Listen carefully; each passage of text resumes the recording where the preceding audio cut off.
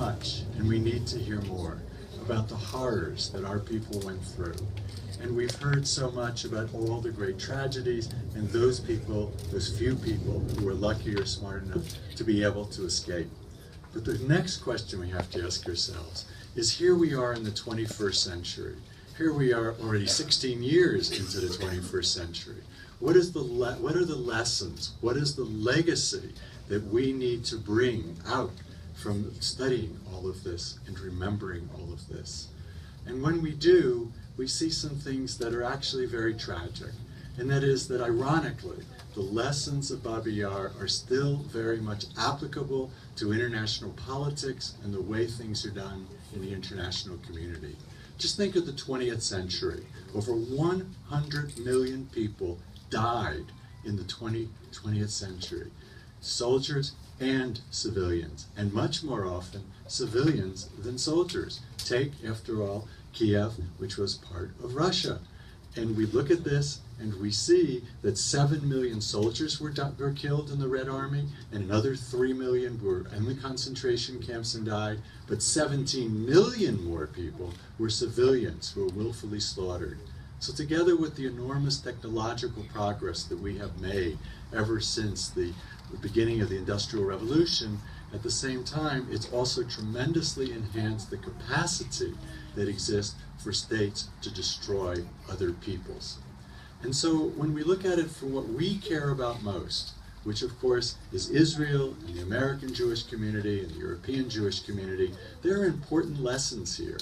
And the first one is that nobody paid attention to Adolf Hitler in the early days. He was just some person who got arrested in 1923, wrote a relatively inconsequential book, Mein Kampf, and for the next 16 years wasn't able to fully implement it. But when he came to power, those words that he wrote and said as late as 1939, that when this oncoming war is over, the Jews will be no more. Nobody paid attention. Nobody paid attention to the obvious lessons of Kristallnacht either, in which 30,000 Jews were sent to the concentration camps in November of 1938. So the lesson that we need to learn is that when we listen to international rulers, like the Grand Ayatollah Khomeini in Iran, and when they talk about Israel, as they just did this week, that we are going to lay the peoples of Haifa and of Tel Aviv in the dirt and to the dust, we must take that seriously. Those are not just words. And it's not just Jews who've had to go through it. Think about Armenians in 1915. 1.5 million of them were slaughtered by the Turks. Think about the Hutus. And Rwanda, 800,000 people were slaughtered. So the first thing we need to do is to take seriously that. And then to look and ask, are they taking actions which would lead them to be able to carry out these dire threats?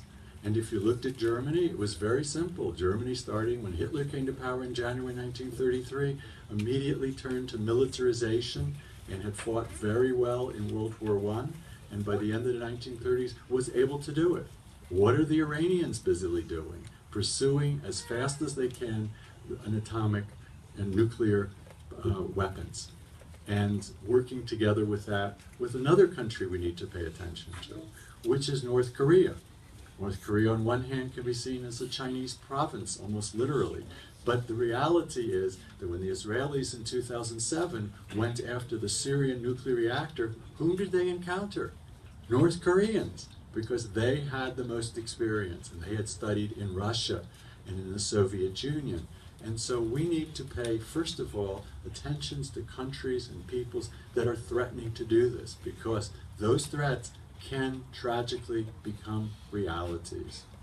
We also think about other problems. We think about European Jewry facing terrorism, and we have to listen to the words of ISIS. We don't want to hear them for good reason, but when we listen to ISIS, when we listen to Al-Qaeda, when they talk about eliminating and removing the Jews and other aliens from Europe, we've been there before.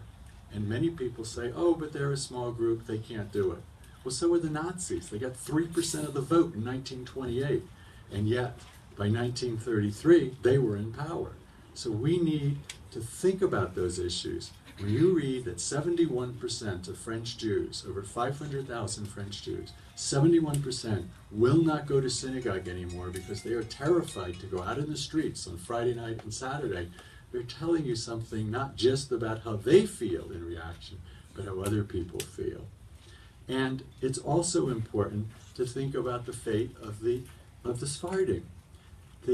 In the Middle East, over 99% of the Sephardim who were there, about 1 million of them, in 1948, are now either in France, about 1/3 of them, or 2/3 of them are in Israel. And yet, they have their own problem to deal with, which was we often think of, especially, and I'm Ashkenazi, so as Ashkenazi Jews, that yes, we have done much better than the Sephardim. But we forget one important thing. They had all of their valuables taken away from them before they ever got to leave Egypt, before they ever got to leave half a dozen other Arab countries. They are suing in court for $14 billion to bring it back. So there's even side issues here sometimes, the way we look at people, to remember what a great tragedy all this was. And so the main lessons we have to learn are also tragic lessons. Everyone had hoped that after World War II, Nazi Germany was gone, Imperial Japan was gone, Mussolini's Italy was gone, and now the New World Order will start. And it did start for 2 years, until the Soviet Union became the other superpower. And again in 1991 we thought, aha, it's all over, we now have smashed the Soviet Union, communism is dead, and what do we see? Who's rising in the world today? The Iranians are rising, the Chinese are rising, the Russians are rising, and maybe even the Turks, all authoritarian regimes, all of them with enhancing their military power, and the North Koreans who aren't really rising, but nevertheless are going to be a threat.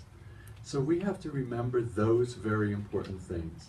But at the same time, as we sadly have to learn these lessons, that the kind of things that our people have gone through, that my family went through.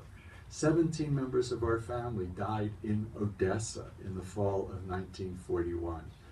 Others, including my grandmother, they had left in 1891. But it's important to remember what such simple things and what a difference it can make. But at the same time as we are sad, we also have to recognize something else. And what we have to recognize is the positive side. When we look at Israel today, which in 1948 was a Pitzkala, tiny little state of 650,000 Jews. When I first went to Israel in 1969, I thought, wow, this is really still a quasi-third world country. It's a very poor country. And today, in fact 2 days ago, I got to hear about Bibi Netanyahu in New York at a conference of the Hudson Institute, talking about something that's very important that we need to remember. It's not just that we have potential weaknesses, but we have great strengths. How far Israel has come to be rated by the Institute for the Study of War as one of the top 5 high-tech and military countries in the world today. That's responding to what's out there. And not even fifth, third after the United States and Russia. Tiny, poor, lovable Pitzkala Israel with only 8.5 million people, with 8,000 square miles, is considered on a par with the United States and with Russia. And militarily, another study showed that the Israeli Air Force, which after all, in 1948, we didn't even have an Air Force, remember. And we had Ezra Weitzman and others who had to learn, have learned in the British Army a little bit about flying planes. And today, this other study showed that Israel is not the 5th or 4th power in the world in Air Force, that plane for plane, it is the #1 Air Force in the entire world. That's responding to the lessons that we have learned. And when Bibi Netanyahu made this point to us, for an hour, it was a very nice Q&A with him, very smart guy. And one of the points that he made was that we have to be open to use everybody who can help us. And that means whether it's ultra-Orthodox, Ashkenazim who don't want to serve in the army, finding ways to get them to start serving much more than 14% of them in the army, and working with the next generation. Israeli Arabs, many of whom inside Israel are actually willing to help. Believe it or not, a recent survey found that 71% of Israeli Arabs said they like Israel. We have to use all our friends and we have to be aware of the dangers that we face. So when we think about it, it's a very mixed message for us. We have succeeded beyond all dreams that people had in this country. Look at Time Magazine. Did you see that 2 years ago? When Time Magazine said, who are the Jews? They are, in America, the new WASP. Well, obviously with a little different culture.